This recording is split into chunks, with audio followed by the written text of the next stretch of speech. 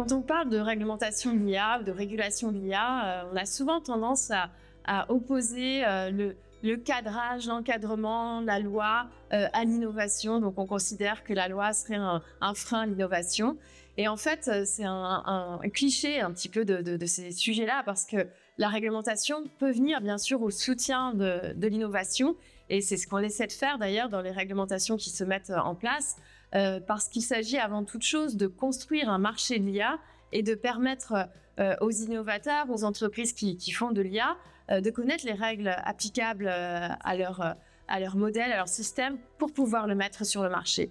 En outre, on a des règles, par exemple des bacs à sable réglementaires, qui sont des espaces où on peut innover, où on peut faire des essais sans avoir à respecter tout de suite la réglementation. Donc, ce sont des espaces qui sont mis en œuvre par les législations.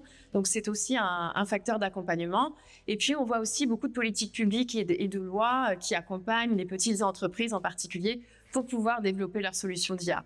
Donc, en réalité, je ne crois pas qu'il y ait d'opposition entre réglementation et innovation, surtout si on ajoute aussi la réglementation de la propriété intellectuelle, qui vient par définition au soutien de la technologie, de l'innovation, en accordant par exemple des brevets ou des droits d'auteur sur des créations ou sur des inventions.